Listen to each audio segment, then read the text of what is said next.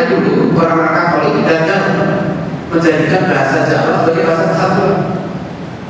Jadi dalam sejarah juga ditulis bahwa sebenarnya orang-orang Katolik, saya punya buku nama saya tulis juga di salah satu pekan saya, dipelopori oleh Franz Fahlin, dia tokoh Katolik di daerah Muntilan.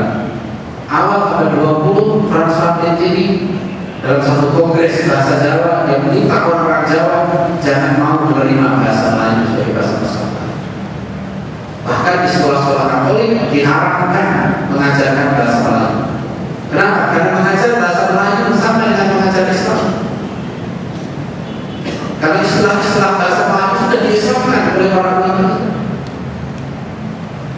Jadi waktu itu para ulama kita bukan hanya mengislamkan orang Indonesia, orang Nusantara, tapi juga mengislamkan bahasa Melayu.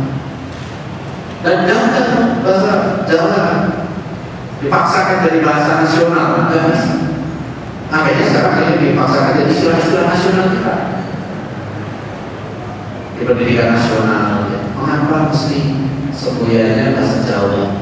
Karso Sutuwodo, Matio Mangun Karso, Tuturi, Andaya. Kalau kita lihat ini, saya sudah tanya ke Aceh, nggak paham. Padahal itu semboyan pendidikan nasional. Saya pernah usul waktu menterinya Pak Basuki ada sampah ini. Bisa nggak kita ganti ya? Semboyan pendidikan nasional kita jangan bahasa Jawa. Saya orang Jawa, saya paham. Tapi saudara-saudara saya di luar Jawa nya nggak paham. Istri saya orang Kalimantan juga nggak paham. Pokoknya terus dia guru apa artinya? Karso Sutuwodo, Matio Mangun Karso, Tuturi Handayani. Itu ungkapan yang baik. Tapi kenapa harus dalam bahasa Jawa? Sehingga ya pokoknya awalnya. Kenapa tidak semboyannya itu sederhana saja? Iman, ilmu, amal.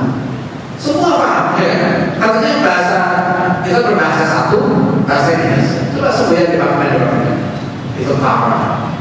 Kenapa mesti sabta marga? Mungkin ada saya ngerti artinya sabta. Kalau masih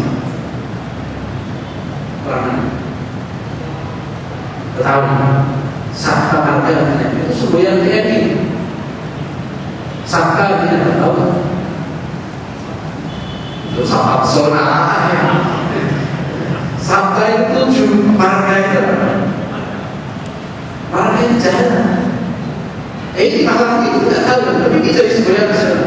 Oke lah, Bhinneka Tunggal Ika udah terlanjur ya. Itu kan dari ungkapan Hindu juga, Bhinneka Tunggal Ika, Tanhana Dharma Manggula. Jadi bukan main, jadi perebutan sejarah ini luar biasa. Ya, diatur. Kenapa dihajar di Wantono? Bukan apa dakwah. Jadi kenapa kalau kita tokoh pendidikan nasional terbesar, kenapa mesti dihajar di Wantono? Kenapa bukan Haji Ahmad Dahlan? Kenapa bukan pendiri pesantren Sidogiri? Saya katakan pada universitas di Inggris, kenapa Bapak tidak pasang di bukit itu ya, gambar masjid, Masjid Demak, Masjid Kudus, itu juga peninggalan sejarah.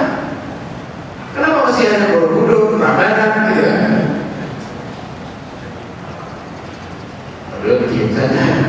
Sama katanya di lantai 2 ada gambar kaligrafi. Jadi lantai nggak ada di lantai 2. Jadi saya di lantai 1 nggak ada. Nggak ada sedikit pun bahasa Islam. Karena kan bukan Inggris. Di Borobudur nggak ada. Foto masjid nggak ada. Itu kita ada. Jadi memang kita itu diserahkan keluar.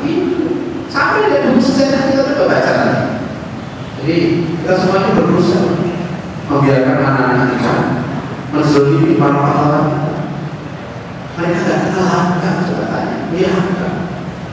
Tanya Nasir, kenal nggak? Tanya Diponegoro, apa itu Diponegoro? Saya udah tes sampai satu-satu yang saya dari Muslim. Setuju atau tidak? Diponegoro berperang melawan Belanda karena tahta kerajaan Mataram tidak diserahkan pada dirinya. Beliau itu putra mahkota kerajaan Mataram, putra dari Sultan Hamengkubuwono III. Diponegoro. Tapi tahta kerajaan Mataram tidak diserahkan dirinya dan tanah leluhurnya dirampas oleh Belanda. Itu mayoritas guru maupun santri maupun pelajar Islam yang saya dari Islam udah ribuan Islam